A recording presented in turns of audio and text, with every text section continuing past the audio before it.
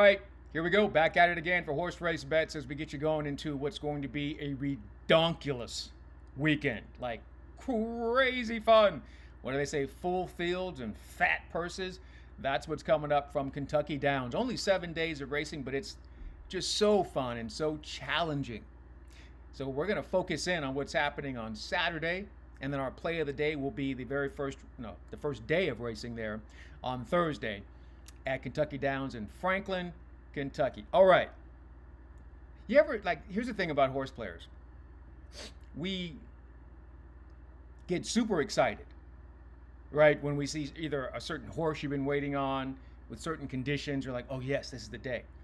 And then also there's certain meetings, right? Where you know it's going to be crazy. You know it's going to be quality. You know it's going to be competitive. That means it's going to be lucrative. And all you have to do is hit one. Just hit one and it makes up for everything. So we're going to focus in on that with a really outstanding race to start things for us coming up on Saturday. So here's what's so exciting about this. We talked about the fact that all of the studying and the research that we did getting ready for the Triple Crown races and all the prep season, well, you learn so much about horses. And I've always said you need to keep that information handy because you're going to need it at some point. And we have another situation where we get to see Kentucky Derby runners. A lot of the runners that we felt like, you know what, when this horse goes to turf, they'll be better or it'll be interesting, right? So the $3.5 million, yeah, I said it, $3.5 million Grade 3 Nashville Derby Invitational Saturday at Kentucky Downs. Mile and 5/16 on the turf. 12 runners will be here at the most, right? Then you've got these horses that we know from the Triple Crown. Hill Road. We've always felt, okay, there's some turf there, right? Burnham Square. We've all said, yeah, there's some turf there. Tistastic, who actually won back-to-back turf outings at Kentucky Downs, is back. Sandman, who has turf pedigree and a turf running style, is in here. And then you know who I'm looking at. Number 11. EO11. Final Gambit. That's my boy. And he has yet to win over the turf, but we know he has great turf pedigree and he's got a running style that contributes to being successful on the turf course. So you know, there's some runners in here. Tomasello is a runner we just scored with, so we like that runner. We know that runner's going to be on the front end. But there are other runners with speed in here, so we don't think that Tomasello will get the trip that he wants. He wants to be able to dictate or sit just off the pace, and I think there are some closers in here that are just a little bit too good. And so obviously, Final Gambit is my pick. Look, I'm waiting for this horse to come through. I loved what he did in the Kentucky Derby. He had some traffic and he overcame that. It made a great move in the stretch to be competitive. I loved it. I even loved what he did last time out, the Saratoga Derby Invitational. So he gets absolutely ping-ponged out of the gate. Boom, boom, from both sides, and they squeeze him. Now, he automatically takes back anyway, but this forces him back. And it takes a little bit of your wind out of you. You get bumped twice out of the gate. So he's last, and then he has to go 10 wide into the stretch. And he does this thing where he always comes running, and he ends up losing by 2+ lengths. I loved it. He had trouble. I'm hoping he can stay out of trouble. He was toward the inside. He was the number 3 horse last time out. Now he's to the outside, number 11. That doesn't bother me being outside because he's going to tuck in and save ground anyway. He just can't be getting bumped around, and he can't get anybody in front of him when it's time to go. I think it's a good situation for him, so Final Gambit, that's my dude. Let's make that happen. Come on, man. From there, we will go to the Grade 3 Turf Sprint Stakes. This one is worth $2 million going 6 furlongs. So the trick for me at Kentucky Downs, 2 things.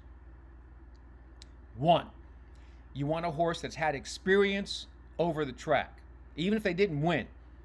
It's a weird European undulating course. They're going uphill when they're turning for home. It's crazy. So you need a horse that has experience and stamina. They have to be able to work out the trip with the stamina. All right? In this race, going 6 furlongs, you've got some horses in here that have experience and success over the course.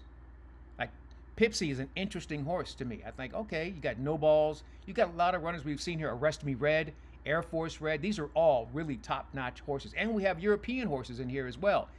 Kadem is a horse that because they should have experience from those European courses, they might have an advantage here. They're interesting. But that's not where I want to go. I want to go with a horse that I think has a couple of different things. One timer.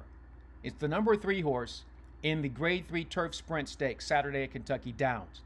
I like the horse because, well, he has experience over the course. He's been able to win. Now, when he was able to win over the course, he was on the front end. And I'm okay with that because over time now he has learned to rate, and so he makes the move from off the pace. So when he came back to Kentucky Downs in August of last year, he sat just off and he barely lost. I love it. I love what he does. Now, the problem is he hasn't won a race in a while, and I'm okay with that because that means we get enhanced value because he hasn't won. But he's coming back to a track he's familiar with. He's got the perfect running style. He's got the stamina now, third off the layoff for this horse. One timer. I love this runner for Larry Ravelli. We're going to get great value in this race. It's the number 3 in the Turf Sprint Stakes. One timer, trying to get it done. Okay, from there, we go checking with the ladies. The Grade 2 Ladies Turf Sprint Stakes on Saturday, 6.5 furlongs, 12 runners in here. Another situation where we have some really, really talented runners and things that we've seen before. Ag Bullet is most likely your favorite, has some speed, but is not going to be out there alone. There's some other speed that goes with. Then you have an interesting runner in Kehoe Beach out there for Wesley Ward and Irad Ortiz. But speaking of out there, that's where we're going to go. Because we like a horse to the outside that I believe has the advantage in the stretch, Simply in Front for Eddie Keneally. Ben Curtis I've already made money with him running on the turf on the front end. I think it's Rather Be Blessed at a massive price one day. He got on the front end, did a great job. And I've just been watching him as a younger rider and very, very talented. And so now you put a talented young rider on an extremely talented filly in a situation where I think she's got everything she needs. So they're going 6.5 furlongs. And what do I say you want in a horse at Kentucky Downs? 2 things: experience over the course and stamina. She's been here one time. She won. It was really nice. She won the Grade 2 Music City. I liked it quite a bit. Louis Saez was in the irons. Now, Simply in Front is a runner that's going to sit and make that move. And now turning back, the last 3 times she went a mile. Before that, she was going a mile and a 16th in a mile. Last time she went 6.5, she won. I think turning back with her exceptional turn of foot, I think she's going to be in the perfect spot, and we're going to get great value. Simply in Front is the play. The Grade 2 Ladies Turf Sprint Stakes. It is the number 12 filly in that race. And as I mentioned, going to get redonkulous value. Redonkulous value in that race. So that's how we're going to attack Saturday. A big, big day. And I'm pretty sure I'm going to play a pick 5 in that situation as well. Details on that coming up on Friday. But as we get set to play the action at Kentucky Downs, Saturday's a big day. They start on Thursday. Got themselves a really, really nice stakes race, the $500,000 Tap It. That's going to be a chance for us to get off to a good start, and that is where our play of the day will come from. So the Thursday play of the day, Kentucky Downs, race 10, Tap It Stakes, mile 70 on the turf, 14 runners. And it's the outside runner that I am feeling big time. So if you could look at these horses, the 13 is Steel Sunshine. That's a horse that I picked about 3 weeks ago, and they got scratched out of the race. They're back in here, but I don't think that Steel Sunshine is good enough in this field and ready. They're coming off a bit of a layoff, so I'm not sure if they've got the fitness. So I ended up going with Laginos. And Laginos, is the 14 at 8-1. I love the turn of foot. I love the experience over the course at Kentucky Downs. I love that they'll be sitting not too far off, but they'll be sitting just off the pace.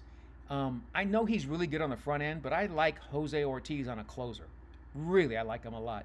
And I think he's going to be in the perfect spot. For a runner that, hasn't been able to get a victory over the turf course in a while, since they won the Grade 3 Commonwealth at Churchill Downs in November of last year. I love this horse. I love our 8-1 value. I love everything about it. Like everything about Kentucky Downs racing is just perfect for players who are looking for prices. And that's what we're doing all day, every day. Every day, every day, looking for prices. That's how we see what's happening at Kentucky Downs. So excited for the action coming up. It starts Thursday. Saturday's a massive day.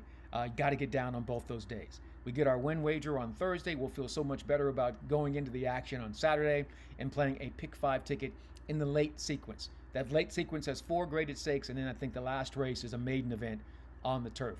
That's going to be crazy. But if you hit, you're set for the year, baby.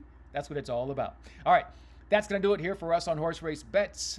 In the meantime, until next time, I'm Ken Rudulph. We'll see you then. Good luck and enjoy whatever you're into.